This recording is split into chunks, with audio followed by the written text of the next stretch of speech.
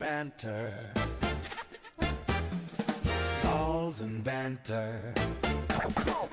No excuses, just win, win, win with your balls and banter. We got balls, we got pucks, we got sticks, we got everything in between. We got balls and banter. All right, happy Thursday, folks. I mean, it's just fun every time that song hits. If that song doesn't make you happy, I think that you need to get yourself checked out. I love that song, but the funny thing about that song is every time that I hear pucks and sticks, I think the very next word is going to be a bad word. Well, we can do that version. We talked about having a Balls and Banter album come out at the end of the year with all the songs we create. Songs, the stingers, like. What we need is Harry Connick Jr. to be in studio with the piano doing that song. Yes. Yeah. Well, we've got tons of space. It's a big studio. We can make it happen. Bartender, Harry Connick Jr. What else? What are our other wants and needs for the year? A car valet. Somebody with hors d'oeuvres. Yes, heavy hors d'oeuvres. I like heavy and light hors d'oeuvres. A cigar and cigarette. Yes. Like lady. Hey, Lauren, shut up. Neighbor, so pesty. He's so pesty. All right, folks. Glad to be with you. Glad to be back just in general. Been fun to come off a break with the new set, the new kind of theme and everything that we've got going on here, but really just the same show, same people. As I said, we're going to be adding some new people. Also, I mentioned this Tuesday, taking part, Tom and I both in a new show, No Party Affiliation. The new episode dropped last night. There's 2 of those out. Go check that out. No Party Affiliation. You can search that name. You can watch it on my channels. You can watch it on the I Came With Fire podcast channels. That's where you're going to get more of the political news, kind of some conspiratorial, whatever you want to call it, takes over on that. So that's going on. Let's get into some news and happenings real quick, shall we? Because I know we started this way yesterday or Tuesday. We're starting this way again. This Minneapolis Alex Pretti stuff. Big deal to a lot of people. People fired up on both sides, lots of fiery debate. I hate ICE, I hate law enforcement, I hate CBP, I hate white people, whatever. There's lots of hate. There's lots of, I hate liberals, I hate protesters, yada, yada, yada. All that's true. And look, is it great that a man was shot? No, of course not. That's not what anyone's suggesting here. Was it correctly handled by law enforcement? Maybe, to be determined. Probably should all wait until we have all the facts there. But this is important. I wanted to just bring this up today. I know we mostly do sports and entertainment stuff now, but I just think it's important since it's such a big national discussion and point of contention that we see who the individual is. Male nurse tells you a lot. Not that if you're a male nurse out there, God bless you. That's great work. But I'm just kind of leaning into the, Greg Fokker stuff from Meet the Parents. But look at this unhinged male nurse moments before the scene that you've all seen by now of him getting shot and being in a tussle with ICE and CBP. Look at the scene before. Look at you! That's a straight bitch! How can you stop me, motherfucker? How can you do that? Fuck you guys! Fucking trash! Fucking trash! So he's saying, assault me, mofo. He's asking to be assaulted. He's asking for this whole thing that went down to go down. Now, did he think he was going to get shot? I don't know. Maybe he did. Who knows? Doesn't really matter at the end of the day. But, he wanted a scene. He wanted to be a part of this. Did it need to end with death? As I was saying, no, it didn't. But I just bring it up because details like this matter. You need to know, okay, obviously there's chaos. The video is hard to make out. This side's mad about this. This side's mad about this. But you just need to factor into your thinking some details when it comes to these scenes, because clips like this show him spitting on a car. Is that worthy of being shot? No, I'm not saying that.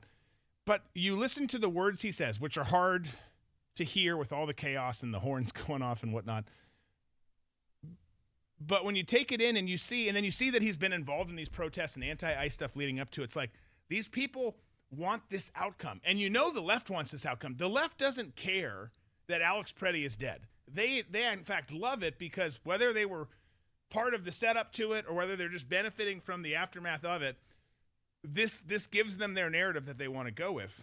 But I'm not even weighing in necessarily on it. I'm just saying before you weigh in on it, especially if you're someone saying he didn't do anything wrong, well, the guy was kind of a douchebag. Like, he kind of set himself up for this. Yeah, I mean, this video does nothing to justify the shooting that happened. It doesn't. But I think what it does is gives everybody more of an indication into his frame of mind and what led up to him getting shot. Exactly. It doesn't justify what happened because I'm of the opinion that it was a bad shoot. It seems like it was a bad shoot. Yeah. Yeah. And there's a number of, different reasons why it was a bad shoot, but and I don't care that he showed up at a protest with a gun or 2 mags or whatever. Who cares? Right. But as soon as you start fighting the police, things are going to go sideways. You hope that they don't, but they generally do.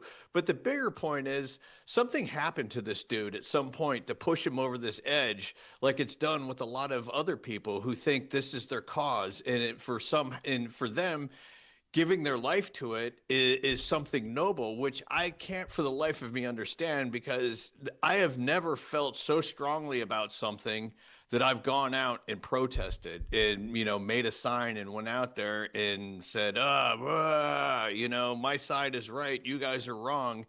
I'm just not wired that way. And it seems after the whole thing with COVID, it just seems like right after COVID and the BLM marches and everything, that this whole sort of new kind of wave came in of people, of a generation that, doesn't have a cause bigger than themselves, or there's some sort of emptiness inside them that they feel the need to fill that void with something. And for a lot of people on the left, this is that cause. Just like, after 9/11, there were a lot of people who felt, all right, our nation's under attack. I need to do my part. I need to join. And I need to go to Afghanistan, and then they're diverted to Iraq and in that quagmire for so many years. And I understand that, in retrospect, because that was long before we realized how deceitful and duplicitous a lot of people in the political class are. And now with all that knowledge going into this, it's like, you just want to say, you're just being used, man. It's like the COVID thing. The body count is what's important. If you can say, oh, look at all these people, all these deaths in these nursing homes, the body count is rising. That helps fulfill a political narrative. And that's what we're seeing now with either the arrest, people getting hurt, people getting killed. And if you notice, the people who are the most insightful with their rhetoric are always the ones who are not willing to go out on the streets and do what they want other people to do. That should tell you something right there. No, it should. I think those are all really good points. And to be clear, too, we don't know. Like, there's rumors. Like, some people say this was moments before the shoot. Some people say this was days before the shoot. It doesn't really matter. I honestly don't care about this event. I'm not saying, again, I'm not suggesting I'm okay that he got shot, because I do think it was a bad shoot. I don't think he's a good person either. But whether it was a 10, 11-day-old video prior to the shoot, whether it was right before, doesn't matter. The reason we're showing it is just the character, as Tom said. This is who this guy was. This is what mattered to him, and he clearly wanted this level of engagement. Like, did he want to get shot? I would assume no. You never know in this crazy, broken world that we live in. But I just bring it up for that. Like, at the end of the day, everyone's super focused on this. This is a big national story. I get it. It shouldn't happen. This shouldn't be what American news in American cities look like. But I'm ready to move on. I'm just ready to move on. And that's one thing that I hear a lot is like, oh, let's watch the body cam footage. And something that I've been saying for years and years with you, Drew, is that, the federal law enforcement doesn't wear body cams. So if anything that is good that comes out of this is the use of body cams for them, because I have been it doesn't matter to me who the president is. When you've got the FBI TRT team who doesn't have the best record when it comes to taking people alive, I want to see those body cams. And we never see those body cams because they don't exist, because they don't have to wear them. So all this, all this outpouring of, oh, let's see the body cams. People forget that the federal law enforcement doesn't play with the same rules that local law enforcement does. Totally different. And for those who are out there saying, which I'm sure there's many, saying, hey, screw body cams, like just let them do their jobs.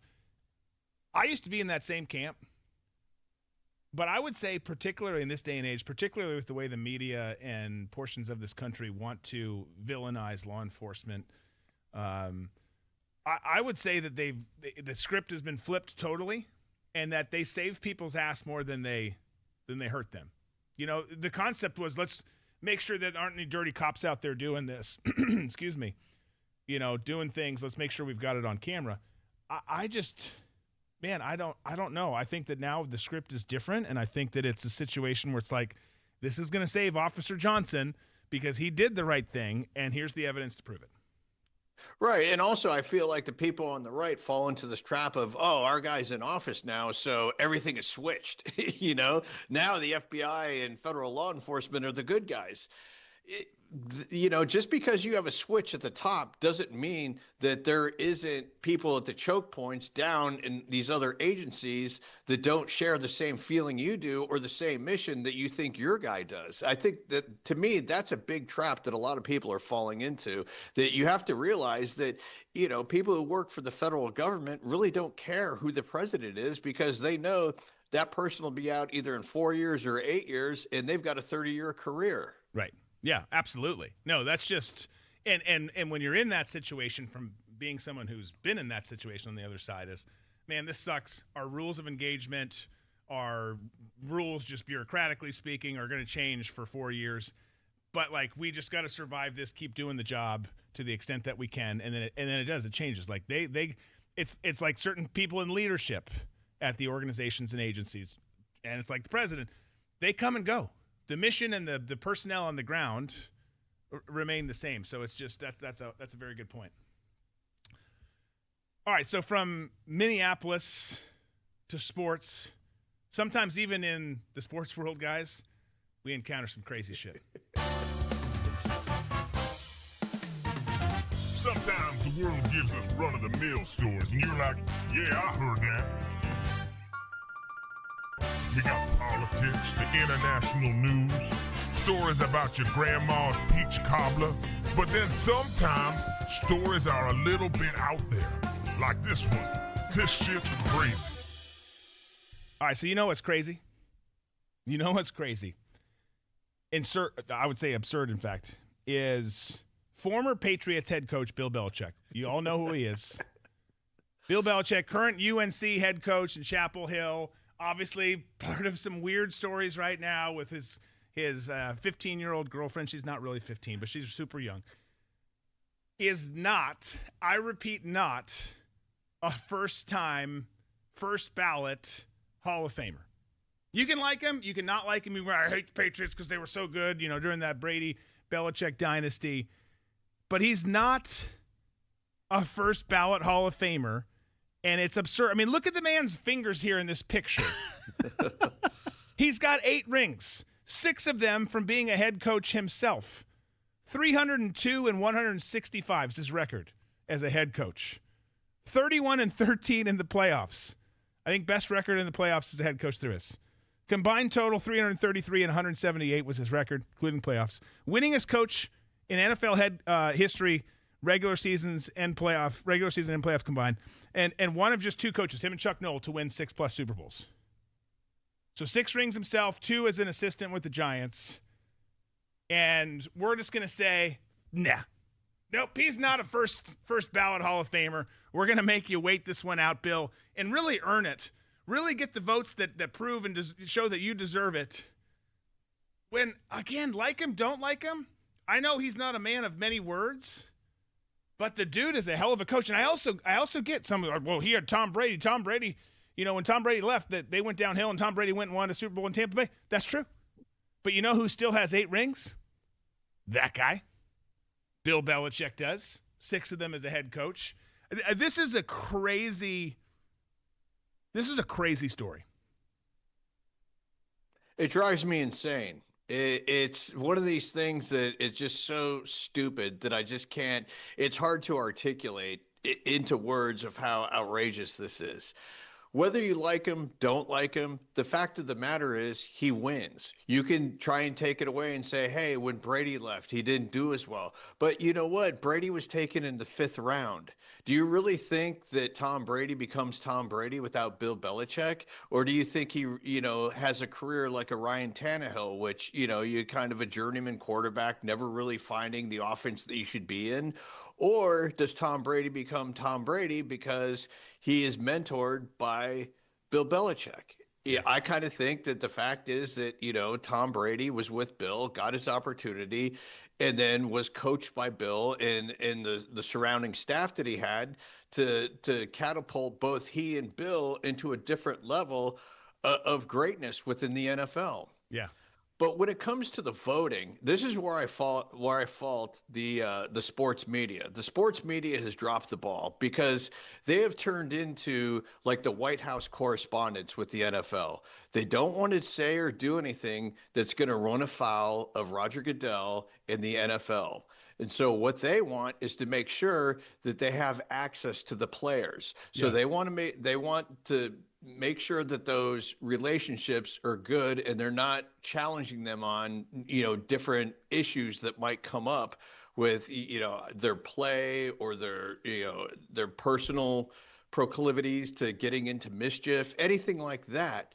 So it turns into this sort of nannyish thing with the sports media. Well, Bill, he's got that young girlfriend and he didn't do so well at Carolina and, Deflategate and, all the other, we had Deflategate and what else? The Spygate, I guess. Yeah. Lip reading. Yeah, it's like, well, he's going to get in, so let's just, put it off to another year. But what they're doing, and I don't know how much Goodell is pulling the puppet strings like he did with the Shedeur Sanders, because that was obvious about the Pro Bowl to get eyes on it. But what this does is a disservice to people like Drew Brees and Larry Fitzgerald, who worked their asses off from the time they were little kids all the way up into the NFL, and finally are being honored for their body of work and their consistent body of work throughout their whole lives. This is a culmination of that. And what you're doing is you're taking the spotlight away from them and shifting it over here to this made up controversy because Bill Kraft was butthurt. And you have got these, nannyish people that are either, whoever vote, whether it's, former, people in the Hall of Fame or the sports writers thinking, well, we got to slap him on the wrist a little bit. He's got to come down a little bit. It's ridiculous. If Don Shula, Tom Landry and, Chuck Noll are all, in the Football Hall of Fame, when in their first year of eligibility, you're going to tell me that Bill Belichick isn't in that conversation? You're out of your freaking mind. Yeah. No, absolutely. It's like saying, you could come up with a bunch of dumb analogies, but it's like saying, the College Football Hall of Fame, Nick Saban's not. We gotta let's wait before we put him in. It's like, no, like these guys are legends. They're living, walking legends. End of story. You can debate over a player. Hey, we're only letting X amount of players in. You know what? Eric Dickerson's not getting in, or this, because we're going to put this guy in. And people are still going to be pissed about this. But when it comes to the coaches, and I think some of those decisions are clear too, to be honest. But like when it comes to the coaches, like if there's anyone that was ever like in our lifetime or recent last 2-3 decades, that's like, this is an obvious yes. Bill Belichick is he. That's the guy. Like, that's the guy where you're like, yeah, duh. Like, obviously he gets in first ballot.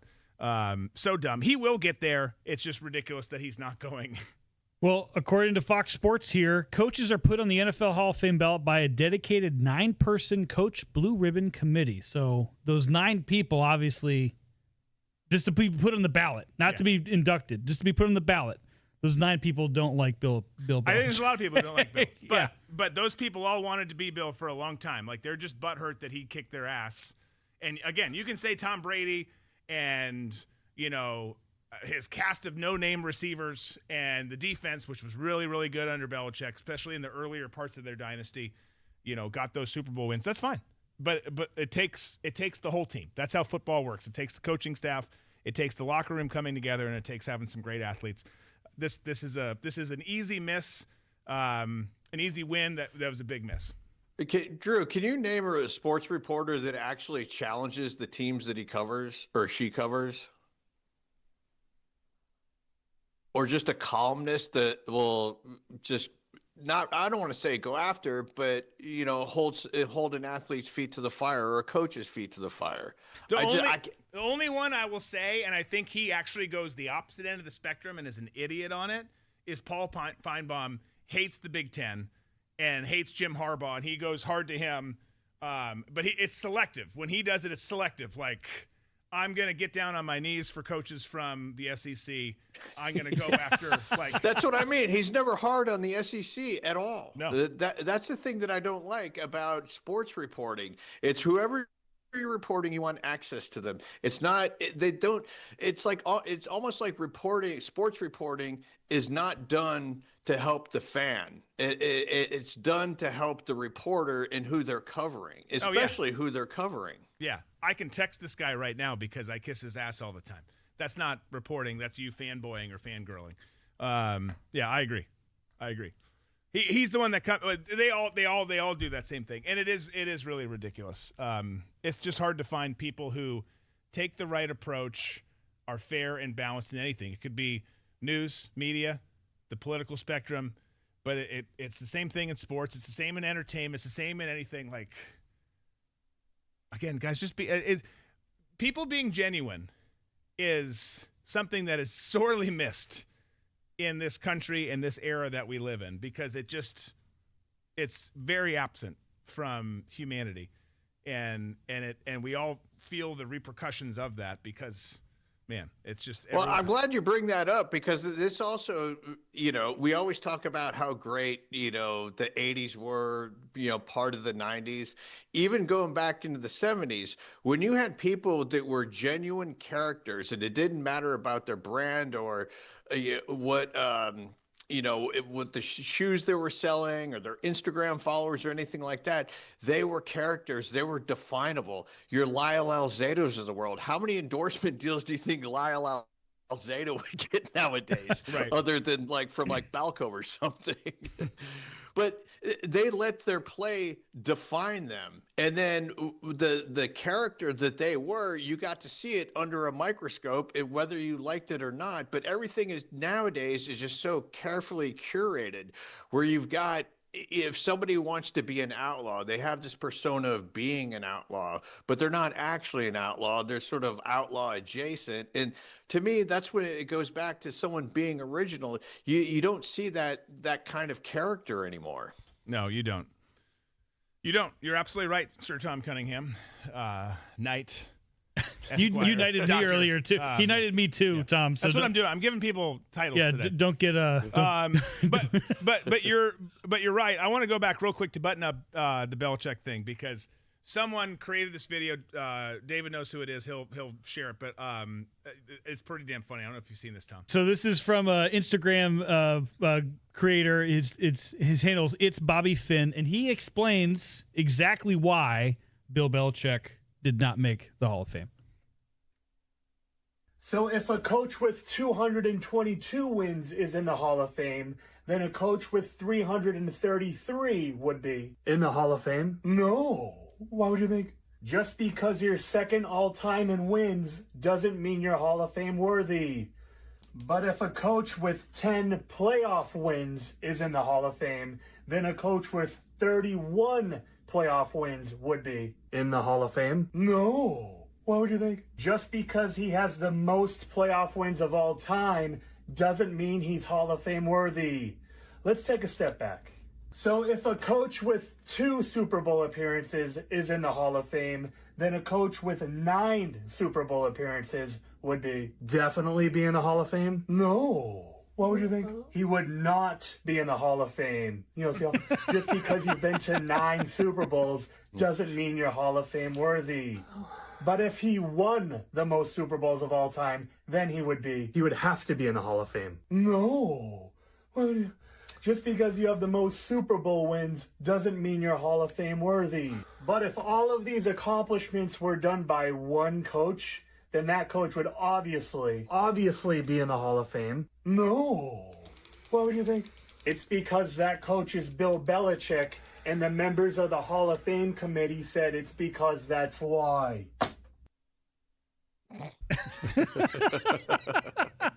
Well done, well explained. Thank you for doing that video. Hopefully you get a little extra love on your channel. This whole thing kind of reminds me of when Abdullah the Butcher got put in the WWE Hall of Fame. I objected to it because Abdullah was one of the bloodiest wrestlers of all time, with the fork gouging himself and gouging other people with it. He wrestled for years having hepatitis and exposing every other wrestler to hepatitis. And then somehow he gets into the Hall of Fame. I know it's, we're talking different Hall of Fames here, but to me, that induction was more egregious. Well, this non-induction is more egregious than that one. And that one was top of the list for me as far as like someone either being inducted or not inducted to a Hall of Fame. Yeah. Yeah. Passing on a disease like that is not necessarily Hall of Fame worthy. That's never mind. I had an example I was going to share that would be similar. Did you ever see Abdullah the Butcher wrestle? I don't know that I did. Oh God, you should. When we're done with the show, I want you to Google pictures and videos of him. I'd pull it in, but I know we'll get hit for the license. We talked Paul Feinbaum briefly earlier, and we didn't get into his forehead, but it is large. But he loves the SEC. Like, he'll put anything from the SEC in his mouth. And right now, the SEC and the Big Ten are in a ongoing heated debate over the playoff format. And they're talking about what it looks like. Now, when you look at the Power Four conferences, you've obviously got the 2 big dogs, the Big Ten, last 3 national championships. Not that I'm a homer or biased, but definitely the best conference in college football right now. You've got the SEC. Those are the 2 power ones, right? You've got the Big 12, you got the ACC. And then you got the group of 5. And we've got this current 12-team playoff that people want to expand to all sorts of numbers. Depends on who you're talking to. The SEC wants to go to 14 or 16, 16 being the more prevailing number for a lot of people. The Big Ten, allegedly, who, again, I'm a Big Ten guy, wants to go to 24. And they're saying, hey, let's expand this year. Here's how we're going to do it. And if we can agree upon this, we'll expand starting in 2026. And the Big Ten has said, hey, we'll expand to 16 if you're open to expanding in the next several years to 24. And Greg Sankey and the SEC, his commissioner, are saying, no, we're not interested in 24 teams. And here's just what I would say about this. We've talked about the playoff a lot, and obviously now we're in the offseason, and obviously this conversation, until some decision is made, is going to be big. But to me, 24 is too much. I disagree with the Big Ten here, because you see some of the playoff games we've had last year and this year, and there have been some curb stompings. There have been some bad games that you don't want to see. You want to see tight games in the playoffs, whether it's college, NFL, whatever, whether it's NHL. If it's a playoff game in a major sport, you want it to be a good game. Now, if you're a homer for that team, yeah, you want a blowout. I get it. But like the general consensus, the mass population wants it to be a good game. If you go to 24, and even though there is more parity now than perhaps ever in college football, which is a good thing, we should celebrate that. 24, I think, is too much, at least at this point, and I don't see us getting to that point. But the most important thing, whether you stay at here's what I would say to the committee if they would listen to me. Because we have these stipulations where the top 5 ranked conference champions make it, which includes group of 5. And you have this bye structure. 7 of 8 teams who have gotten the bye in the first 2 years of the expanded playoff have lost on their bye week. Indiana, the only team to win. The bye week doesn't help. Those bye teams don't get a home game in the playoffs. The teams who play in the first round do. that are seeded better. So to me, this comes down to the number matters. I think expansion would be good. But the most important thing, you guys, is we've got to make sure that if we go to 16, for example, and I hope the Big Ten acquiesces and comes off this 24 figure for now. If you want to talk about it later down the road, fine. But let's do the best thing for college football, not for you. And the crazy thing about all these meetings is you've got ESPN and the SEC over here, and you got Fox and the Big Ten over here. And really, there's more than just the Big Ten and the SEC talking, and that's a problem. But if you go to 16 teams, whatever number, you keep it at 12. I think that 16 would be great, and I think that you keep home games the first 2 weeks. No one has buys. First 2 rounds, I should say. But the most important thing is that you select the top-ranked 16 teams. Take all these other bullshit stipulations out. Where like, well, you're ranked this and you won the Sun Belt Conference, or you won the whatever conference. Like, who freaking cares? Could the team that won the Mountain West, or which is a good football conference, the American Conference, also a decent football conference, but could they beat a 9-3 or 8-4 team, or even a 6-6 team from the SEC or the Big Ten? And could they do it repeatedly all year? The answer typically is no. So you've got to pick it based on the rankings and cut out some of these dumb stipulations. Well, they have to be in because, well, but then they're going to get beat by 45 points in the first round. Like, that's not a good game. So to me, I think regardless of what the number is, the way that you fix it, and the most important thing is you've got to have whatever your number is, 12, 14, 16, 24 even, which I don't agree with, the best, whatever that number is, teams in the playoff. Like, that to me is critical. Tom. Yeah, what I would like to see is actually less teams in the playoffs, because everybody, you always think about the best time that you thought sport, you always in your head, you play out, when did I really like sports? And when I really fell in love with college football was in like the early 80s all the way up into the 90s, in watching, because every game seemed to matter. If your team was playing a no-name team, they would have to pour it on. They'd have to win by 30, 35 points, 40 points, so they wouldn't lose a slot. And what we're doing now, I feel, is we're cheapening the regular season, where the games do matter, but they don't matter as much as playing in your conference championship so you can get into the tournament. So that part of the whole playoff system, I don't, I really miss the week to week.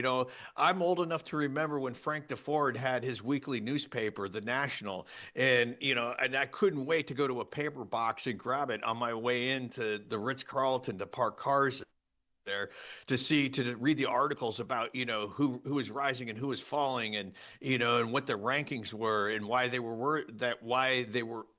ranked that way.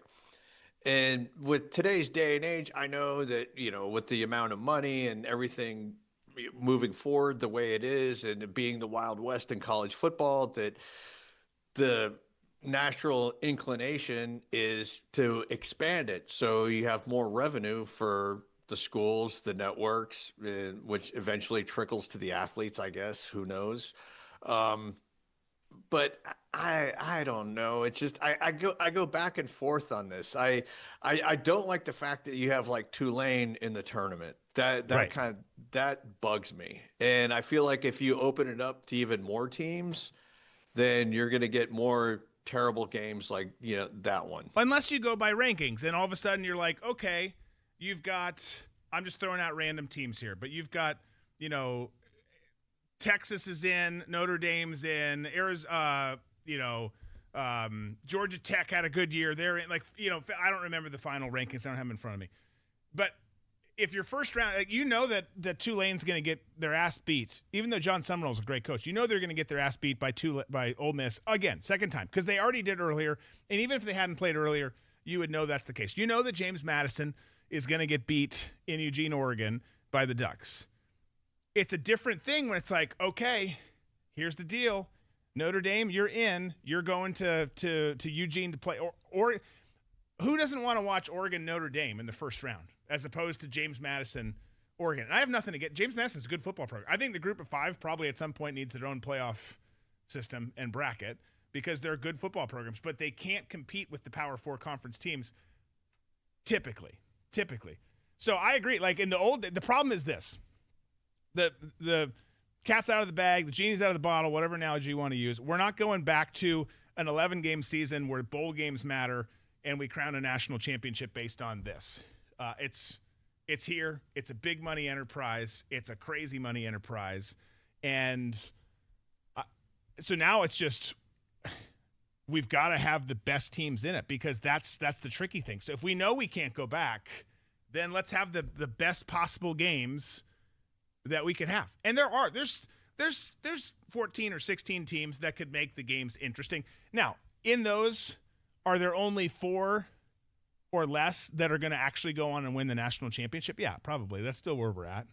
But, I just think that you I mean, even BYU, who got beat by Texas Tech twice this year, they would have made it an interesting game, likely more interesting than Tulane would have in the first round against somebody. Yeah, they were ranked 11. Yeah, and they were 11-2 on the year. So it's like, and there are only 2 losses. 12-2. 12-2 in the to Texas Tech during the year, and then to them again in the Big 12 championship. So it's like, I think we can improve it based on what has been dumped on our plate. I think we can improve it, but it's. But I think there has to be more intermingling of the conferences in the scheduling. Tulane needs to play, Oregon in a regular season game, or somebody from that division has to play somebody who is a representative of a division. So if it comes down to it, when you're, dividing things up and you've got 2 teams, that if you have a Tulane again and trying to get in the tournament in a head-to-head matchup, they've lost, then they're done. Yeah. And that opens a slot for somebody else. Well, you're right. The group of 5 teams have got to play some better Power 4 conference teams, and they've got to beat them to have a shot to get in. But here's the problem with that too. I think you're right. Like, and if I'm them, and you're the athletic director, the coaching staff, the GM, etc., you're saying we've got to schedule, even if it's not Michigan, Ohio State, we've got to schedule. Michigan State, Penn State, Iowa, we've got to go beat those teams, and then we've got to run the table in our conference, go, depending on the conference, 8-0, 9-0, whatever, win the conference championship and have 2 impressive Power 4 wins outside of that. The kicker with that is all the conferences are getting more tricky. The Power 4 conferences are saying you have to play 9 games, you have to play this amount, and it's reducing the amount of games that are even available for those group of 5 schools to play. They're still there. It's still there, but lots of work to be done. My plea to the freaking committee is just pick the best teams. And if you won your conference but you didn't beat anybody, you're not a top 16 team. Like, you're just not. Like, if you can't beat the middle of the pack in a Power 4 conference, but you ran the table or undefeated and won your conference, you're not actually the 16th ranked team or 14th or whatever they're ranked. So we've just got to put that in there. Like, we want good football in December. And into January as it stands now. Hopefully they change that, but it's probably going to stay the same. That's what we want. Okay, Rutgers is currently a Power 4 conference team. They're in the Big 10. They joined 10 years ago, 12 years ago. I'm not so sure how long they're going to stay. They never really belonged, and I'm not trying to attack them. We've got a teammate of some of our kids that's going there. Great kid. He's going to be a good pickup for them. But Rutgers not on the athletic standards that most Big 10 schools are. And Rutgers is getting their ass kicked financially. New athletic director, $78 million in debt as an athletic department this year. Over $500 million. Over $500 million since joining the Big 10. It was 12 years ago, not 10. Like, they're getting their ass kicked financially, trying to keep up. Again, the Big Ten thought, okay, hey, we want the New York market for the Big Ten network and for some of the TV deals, so we're going to go get Rutgers. I thought it was a terrible idea at the time. It's like, I understand you want the New York market, but it's Rutgers. Like, it's like, That's just it. Anyways, whatever. We could go into that forever. This is going to happen to a lot of schools. You know, you look at since entering the conference. I'm just reading this from an article. This is on SI.com. Since entering the conference, expenditures have surged nearly 175%. Here's the year-by-year breakdown. Starting in 2014, moving on. 2014, $70.6 million it cost for the athletic department. 2015, $84 million. 2016, $99.2 million. 2017, $102.5. 2018, $103.2. 2019, $114.2. 2020, $118. It keeps going up. You get $138, $153, $178, and then this past year, $193.8 million. Rutgers is not positioned to earn that kind of revenue. Is Michigan? Yes. But Rutgers is not. So this is going to be an interesting thing, too, especially, you know, we've got the athletic departments that can't keep up, the schools writ large. We've got the NIL collectives at these schools that, for the most part, can't keep up. There's some smaller ones that are surging, but no one can do this forever, right? Like, you can't keep going to the donor and be like, well, Chuck, we need another $100 million this year. Like, eventually they're going to be like, no, I've given you $1 billion.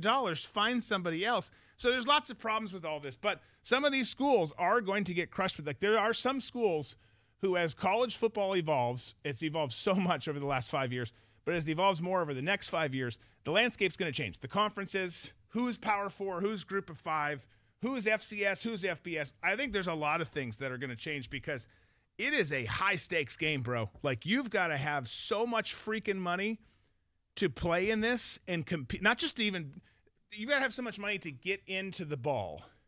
But then to dance with the pretty girl, you've got to pay a lot. And that sounds like prostitution now that I say it out loud. But that's not what I mean. You understand what I'm saying. I think this is an interesting story that's not getting a lot of attention, that a Big Ten school, granted not a traditional Big Ten school, but a quote-unquote Big Ten school, is getting their ass kicked financially. It makes me feel a lot better about our company, you know, because we're in a better spot than they are.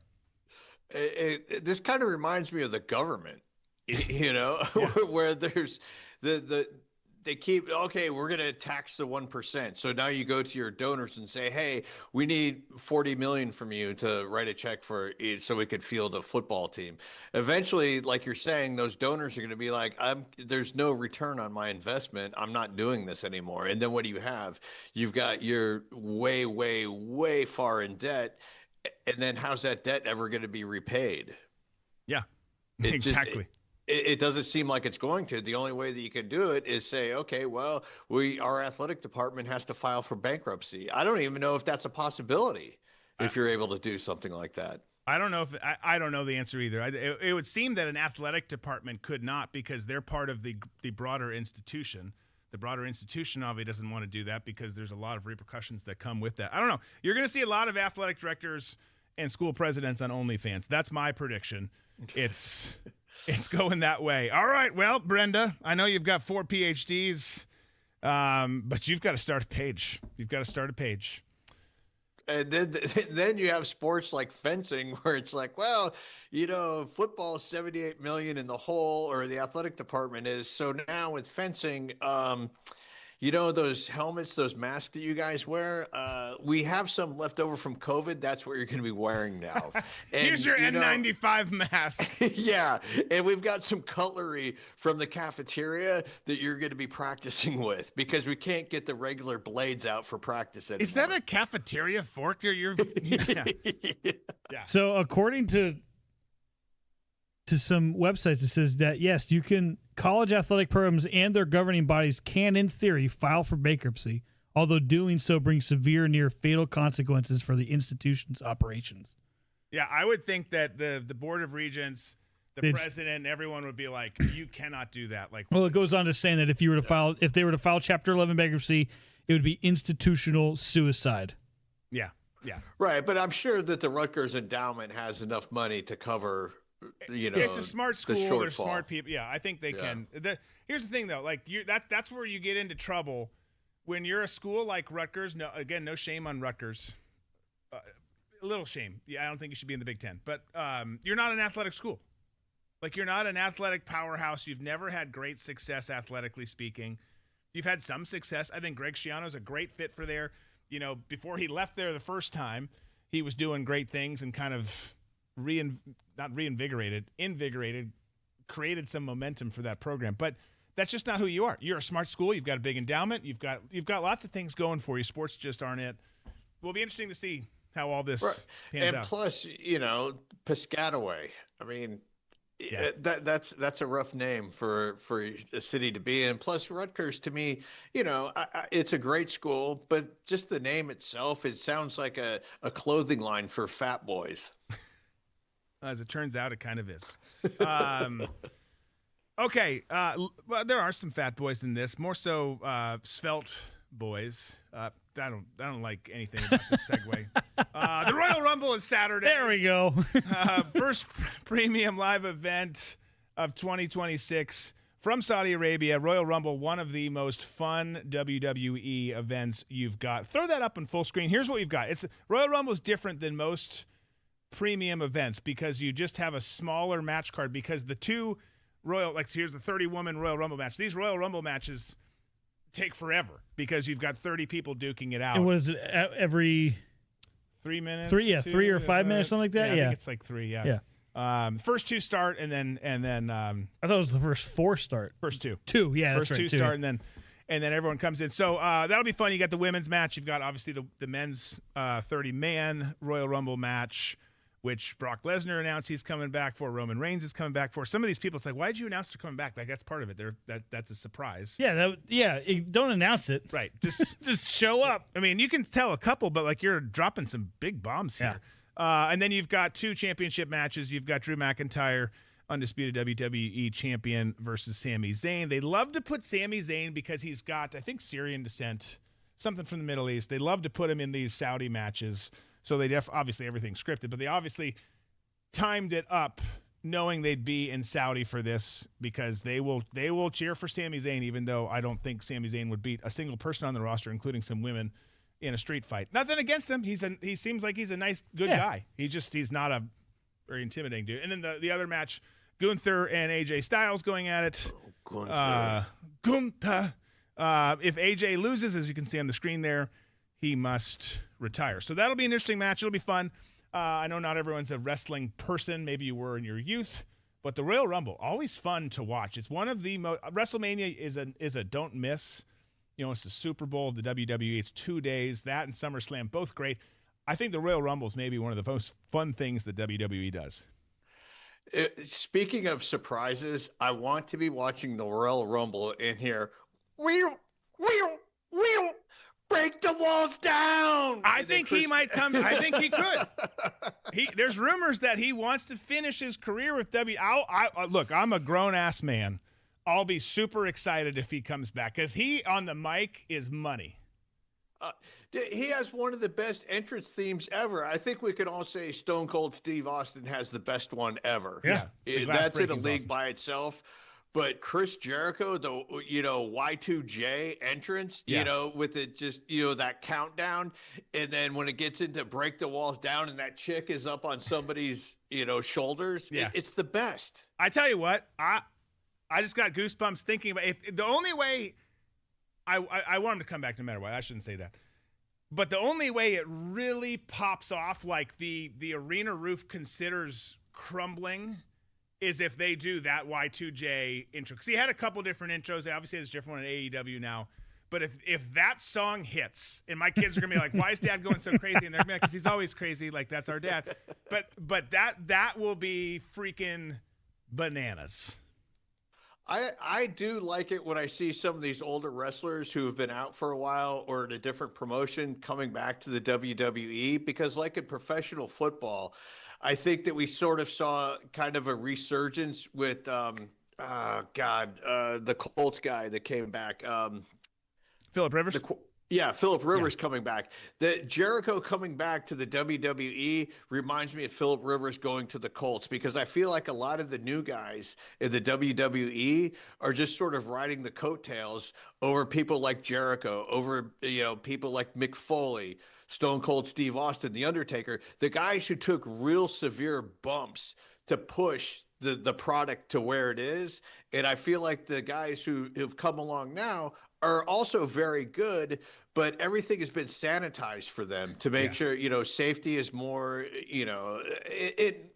of course, you want to be safe, but you also have to take risks with things. And I think when you have somebody who is there, who helped lay the foundation, it brings back kind of that sort of feel of recklessness that, hey, man, this is a lot of fun, but if you want to get over with the crowd and if you want to make a statement of who you are as a performer, then you got to buy into it and you've got to you got to be willing to take the risks. Yeah, I agree. And I think with The Rock coming back, it's a huge hey, everyone, when he did. Yeah, when he did. I'm saying, like, everyone who watched him as a kid is now an adult. Like, it's just going to drive more people it's so to smart. be there. Like, it would be incredible to see him Stone Cold come back. That would be awesome. Well, everything's nostalgia, right? Yeah. That's just how it goes. I lean into the gayness of He-Man. I loved He-Man as a kid. It's coming out. The trailer drops the other day. I'm like, holy shit, I knew it was coming. But, like, why do I want to go? Because I can picture myself as a kid in the moments that happen. Is it going to be good? Don't know. Don't care. That's not true. I do care. But it's the same thing with this. You're like, oh, do you remember the Hardy Boys going off ladders and into tables? Mick Foley doing all that stuff. Obviously you can go back further to the 80s and earlier. But how about Shane McMahon taking some of the lumps that he did? When he came back a year or two ago, he tore his quad. Absolutely. Well, the Attitude Era, bro, like, they did some shit that's like, okay, like, that was entertaining, but you're an idiot. Like, that was not smart. Thank you for doing it, though. Taking a pedigree on tax. Yes. Yeah. Well, I mean, I even remember as a kid when I was first introduced to Hulk Hogan coming into the WWE, but he was coming back. And I was like, and my dad's like, this is Hulk Hogan. Like, I grew up, it was it was just one of those things where it was like, and now I got to bond with my dad and watch a wrestler that he saw young, and so I think it's a great play. Yeah. Let them come back. Let them have some fun. I hope so. Yeah. I hope Jericho. Jericho comes to Jacksonville all the time because he's an AEW guy. Like, we need to get Jericho in the studio. Yeah. We're gonna work on that. Okay, we got a little time. Let's wrap things up here with That's Meme-tastic. That's meme-tastic. That's meme-tastic. We should do that one more time. Okay, let's see what we've got. If you're new around these parts, we do some memes on Thursday. Some of them are funny, some of them aren't funny. It's just kind of a mixed bag, but we have fun with it nonetheless. So David will throw it up on the screen. We got the first one. We've got someone with a cowboy hat on holding a sign, "You can't hurt my feelings. My dad used to drive me home after Little League games." God bless those eras.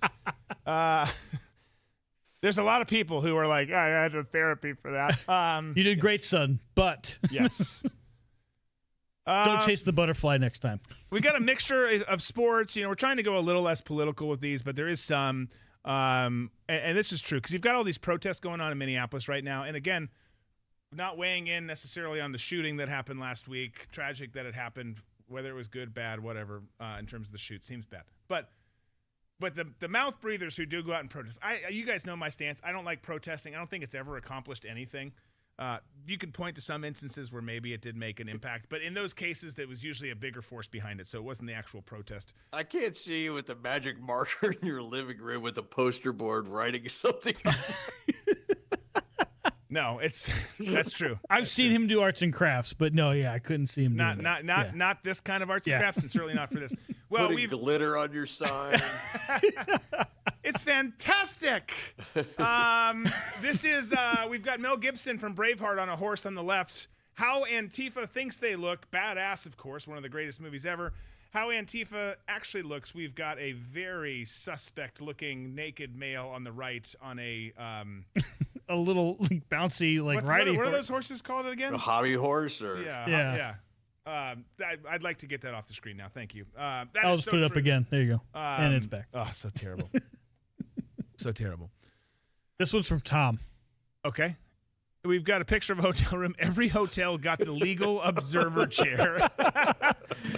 That should say motel, by the way. That's definitely not a hotel. That is a motel right there. I tell you what, I got to talk to my wife about this tonight, actually. We got some news sheets. First of all, let me take a step back. we have some. We had some real. We do still, but we have some really nice white sheets. Wanted to go kind of white look in the master bedroom, and they're old. Granted, they're old now, but holy shit, us humans are dirty sons of bitches. Because you see how the human oils and like some random buffalo sauce stains too get into the white sheets, and it's like these things are yellow. They are not white anymore, but they're really soft. So we ordered some new ones. My wife's like, let's do some, and to her credit, I agreed with her. She was like, let's not go crazy because these other ones were expensive. She's like, that's dumb. And we're reckless in the bed with snacks and stuff like that. Which I was gonna say, did she say no eating in the bed? No. Okay. I mean, she didn't yet. If they were better, they would. But she's like, let's get these. And I'm like, all right, I'm looking at them. And it's like hotel quality, this, that, and the other, super soft. We didn't put the actual sheets on last night. We just did the pillowcases. I think they were still being washed or whatever. And I'm a 2 to 3 pillow guy. I have my head on one. I'm hugging the other or leaning on the other. I maybe have one tucked between my knees. I do all sorts of random stuff with pillows. But I wake up this morning and I'm like, these things aren't soft. Like, these are not soft. These are like, and that's you brought up motel. I'm like, this is like not hotel quality, like luxurious Egyptian cotton. This is like, we'll leave the light on for you in the 80s. Like, it's like, I think we were bamboozled, and I'm not too happy. I was just say, most hotels, unless they say they have like the high count sheets, most of the sheets you get are hard. Yeah. Like, they're not that great to sleep in. Well, these ones, first review, not so good. Not so good. Okay. Not All right. going to. Maybe after you wash them, maybe? Maybe. Again? We'll see. Yeah. Okay, we've got, who is this black woman? This is from Tom again, so. Okay.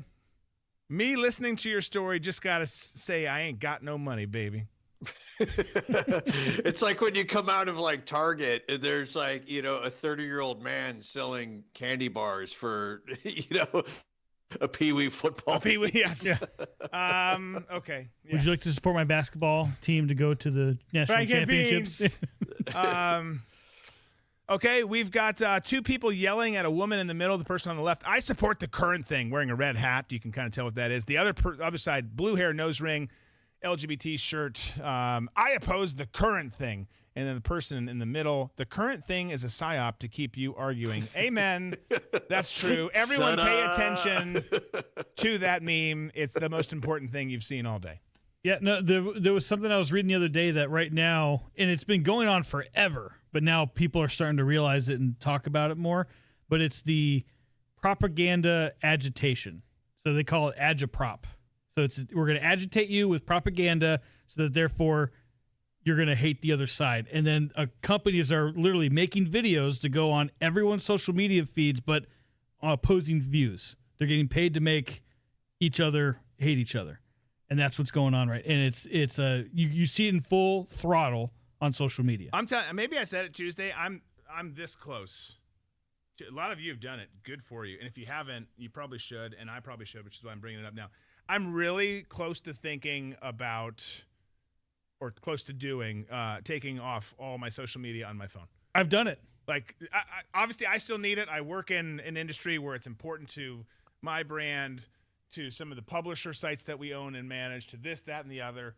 But you can do it on the laptop. Like, I've got a bunch of people for a couple other companies I do some stuff with on the side. And they're like, man, I just keep getting pinged for that. It's like, well, I didn't put that up on my phone or that company's email. Like, I just check it here. So I'm not inundated all the time. I think I'm going to do it. No, I can't, man. It's too funny. It's like one of my largest sources of humor. There was a point where it's like, a few years back, it would like raise my, anxiety level and my heart rate.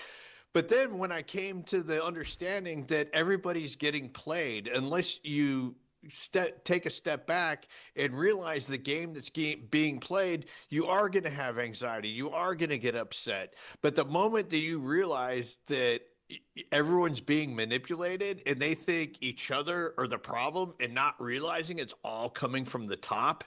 Yeah.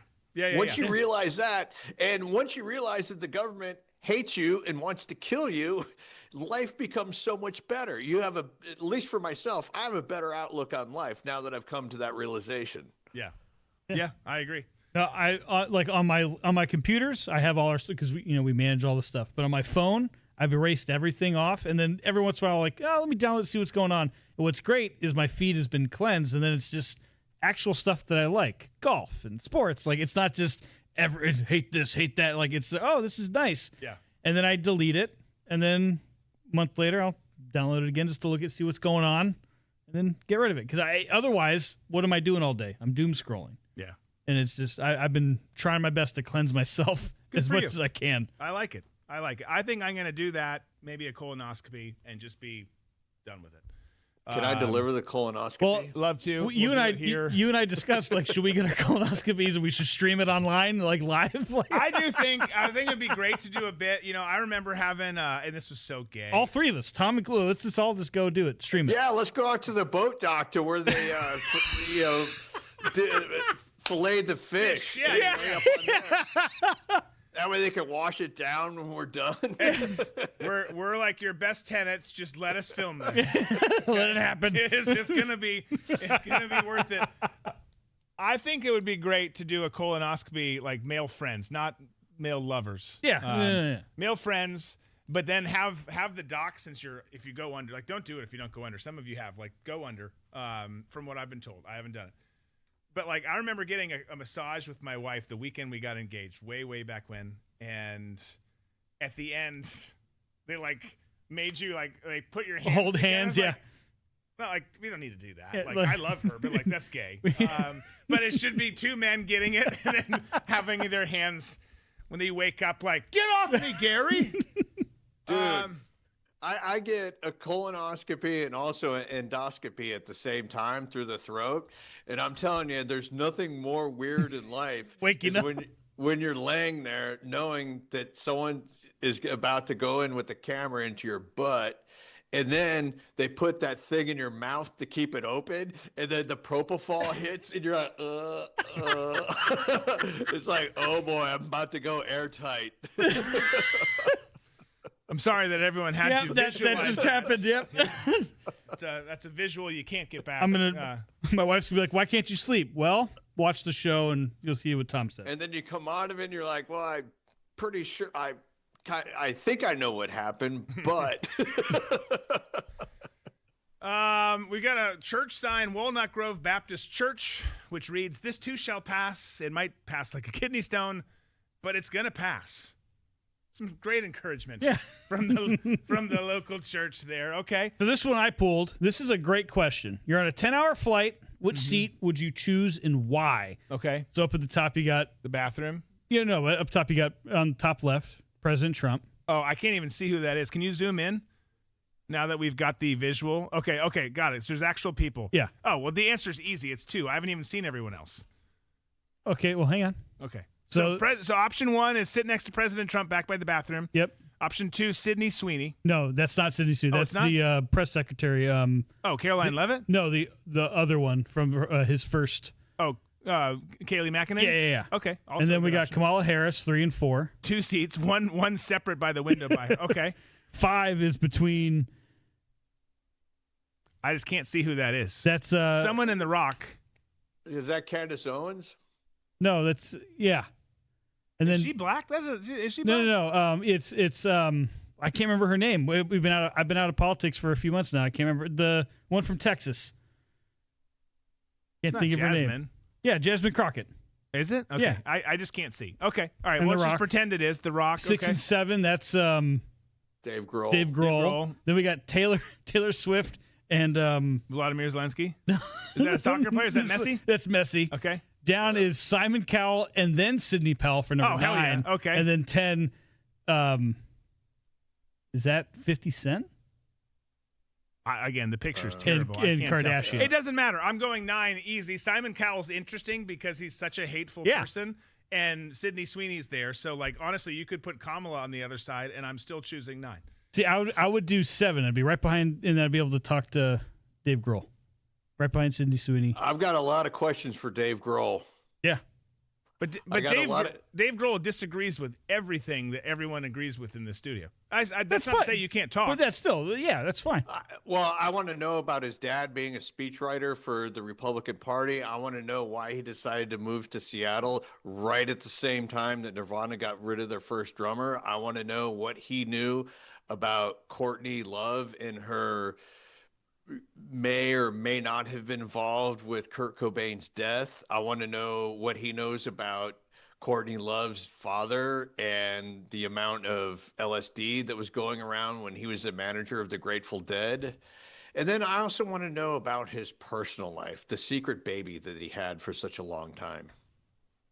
And I also want to know about Taylor Hawkins, because this is my theory. I think Taylor Hawkins died because of the vaccine, because Dave was a huge proponent of everyone being vaxxed. And I'm not buying that That he overdosed? Taylor Hawkins overdosed on cocaine. I'm not buying that.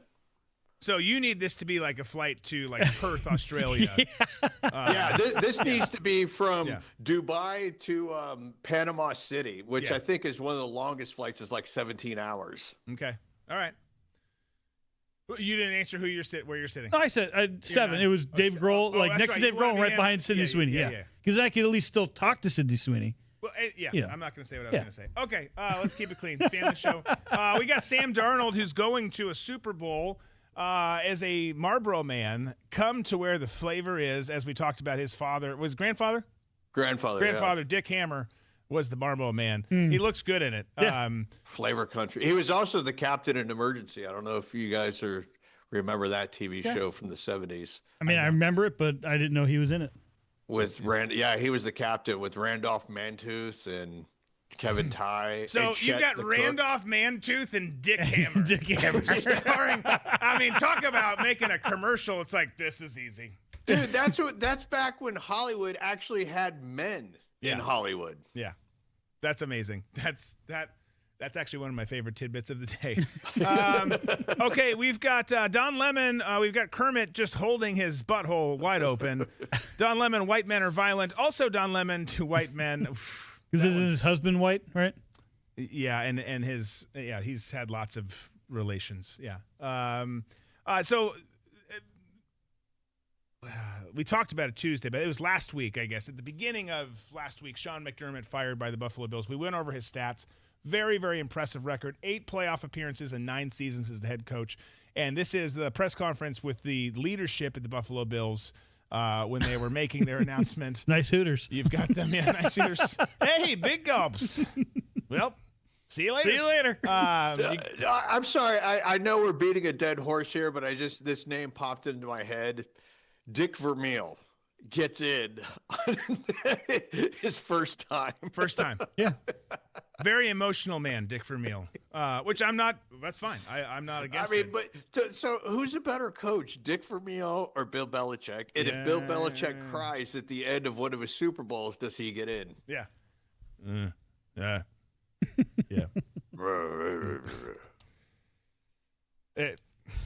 You can't make it make sense. It makes no sense. It makes zero sense whatsoever. Like apparently everyone in this show and everyone in this audience has a better chance to make the NFL Hall of Fame first ballot than the winningest coach. They weren't even a coach. Dude, when he retires, I guarantee you, Andy Reid, first ballot in, boom, end of story. End of story. And obviously he should be, but yes. different character. I mean, those nuggies. He's different animal, different drama. The Craig Stadler of the NFL. Yes, I like that reference. Okay, we haven't done an AOC one for a while. Obviously, she makes some dumb statements. She's making a perplexed face. Rib condoms don't even taste like ribs. You can see her saying that we need something else. That's a disgusting thought. We've got someone in a Spider-Man suit speaking to some students, maybe at a graduation, maybe not. I just want a car that is 0% computer. Yes. Why is that I've not? got that. You do. You've got And one no that's AC. 0% air conditioned also. I told your story to someone the other day, and they're like, how did that happen? I'm like, I don't know, but it did. And you know what? And I'm fine with it, and I like it, and I've embraced it, and I'm never going back to AC. Okay. Well, Okay, all right. I mean, you got to lean into Is it. Fortunately, it's not usually like 90% humidity here. So Is it manual Windows too? Oh, yeah. Yeah. Windows, Everything's man. manual in that. Like Like CD player. Like actually, I mean, there's a lot of things. Like if your car had air conditioning, I think your car is the epitome of greatness. You have embraced it. I don't know that I can. Do we put an 8-track player in there now too? Like, let's just do it. I would love to have an 8-track player in All right. there. I'll see what I can find for you. Okay, we've got, speaking of old music, we've got an old cassette tape. If you never made a mixtape with one of these, don't argue with me. Don't argue music with me. Yeah, amen. If you never made. If you never. I don't know You what said I said. ever. Oh, if you never made a mixtape with one of these, don't argue music with me. Yeah. Again, I can't remember if it was this show or the other show, the no party affiliation that we talked about bands. Dude, that's what I really miss. You know, we've had 20 years of not having bands, like new bands appear. Yeah. It's a different scene. Yeah, it's always one single person. Bro, we've had multiple top Billboard songs from AI in the last few months. We don't have bands with lead singers and significant drama anymore. It's tearing up hotel rooms Yeah. and acting crazy, and It'll come back. It'll come back. It'll happen. I don't know. I don't know that it will. I hope it does. I hope it does. I'd like for people to make some bad decisions and give us some really good music. Okay, we've got a tweet or an X post. The best insult ever is, who is this clown? Because 1, you're calling them a clown. 2, you're saying they're not even a well-known clown. Okay? That's true, I guess. Hadn't thought of it that way, but that's a true point. Yeah. True point. So, did you guys do any New Year's resolutions? No.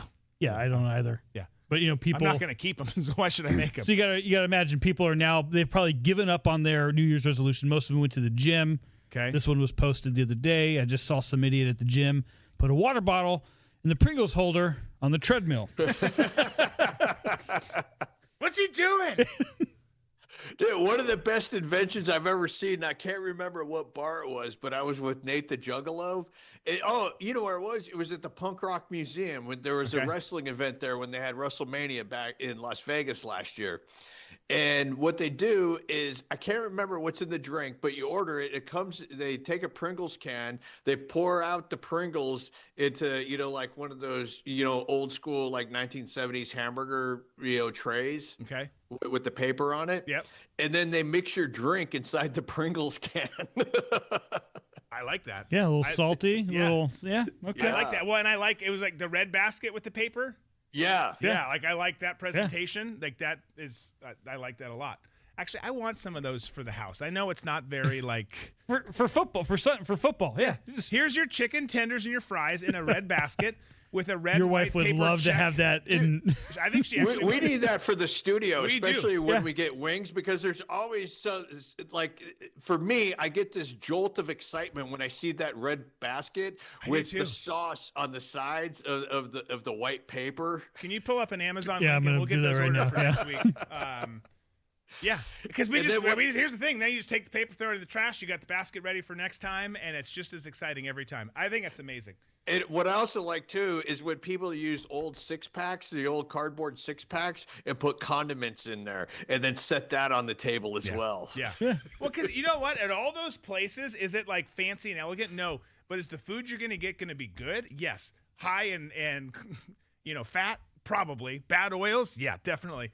But is it going to taste good and come with a little bit of regret later? Yeah. I think I agree. I just emailed you the link. Okay, perfect. Yeah. Okay, we've got another one. Speaking of fat, avocado. Hello, I'm good fat. Bacon. Light cigarette punches avocado. Yeah. Avocados are great, but bacon, way better. So much better. We got a picture of a beach and then just a quote on it, which I've not read before, but I will read it now. To you, stop, drop, and roll was such a huge deal when I was a kid. Thought I'd be on fire way more than 0 times. It's true. I remember learning that and being like, okay, this is crucial. I need to know this. Yeah. What do you do? Stop, drop, and roll. Have you ever used it? No. Nope, never. No. It's like a fire drill at school. Yeah. Yeah, exactly. 12 years of going through a fire drill twice a year, and it's like, well, this has never happened. Yeah. No, exactly. It hasn't. Yeah. That's true. That's true. Those like towards the end of the year, I had to drive something to my girl's school, and just so happened to be the time I went was right when a fire drill happened. And I'm sitting there. I'm like, they wouldn't let me on the property. I'm Then like, you gotta wait. I'm sitting there like, why are we doing this? Yeah. Like, you did it once this year. Why do you have to do it again? Stop. I'm like, come on, let me in so I can drop off their lunch. Like, Right. just dumb. Yeah. Okay, I saw this. I had to zoom in because I swear this person says I saw Elf in this picture. If you grew up in the 80s, Elf was a prophet from another planet. But if you do, don't zoom in too much. But the person on the right, It does look it like looks Elf. like two eyes and Elf's head and like snout. Yeah. But then you zoom in and it's clearly just a blonde leaning forward, and it's not Elf. So false alarm. There is no Elf. Dang it. But I looked at it. I'm like, what are you talking about, person? This is dumb. I'm like, holy shit, that is Elf. Where is this? It was some conference in 2020. Bro, if you ever want to feel really bad about something, look up the actor that played the dad in Alf and see how he ended up. Okay. I will do that depressing task later. But thank you. I will do that. Here's just one of those charts that kind of shows the flow of process. Communists break laws. Strongly worded statement issued. Full investigation launched. Nobody is arrested. Go ahead and restart that full cycle again. Just true. We're going to get him this time. Oh, we're in Fulton County. We're uncovering all the corruption of the 2020 election. Yep. We found a file that says smoking gun. Not a damn thing changes. You know what? I mean, we made fun of so much hope and change, the whole Obama slogan that changed the world. In fact, it really did. There was no hope, and there's less hope more than ever before. But I tell you what, he got the change part right. The change part, man, there's been so much change ever since then. I don't know why I went on that tangent. We got a post from Waffle House, or a picture of Waffle House. Someone said Waffle House is nasty on Twitter. Terrible cooks, idiot staff. Waffle House responds, I love this new era of fast food and places like this getting into the Twitter game. They respond to the person's name, which is blocked out, at whoever. Please come say this to our face. Any location will do. It's brilliant. It's brilliant. Like, get into this. Like, stop being like these lame ass restaurants and social. Like, this is what the world wants now. Like, we want Wendy's and Burger King fighting it out. I feel like Wendy's, like when we started working 8 years ago, Wendy's was the one who started They led all the of charge. it. Oh yeah, and every company has now jumped on that. Yeah, and it's fantastic. Yeah, we need some snarky total douchebag running our account that won't cross the line. He's going to bump right up to it, and we're going to pay him decent amount of money. And that's literally happening.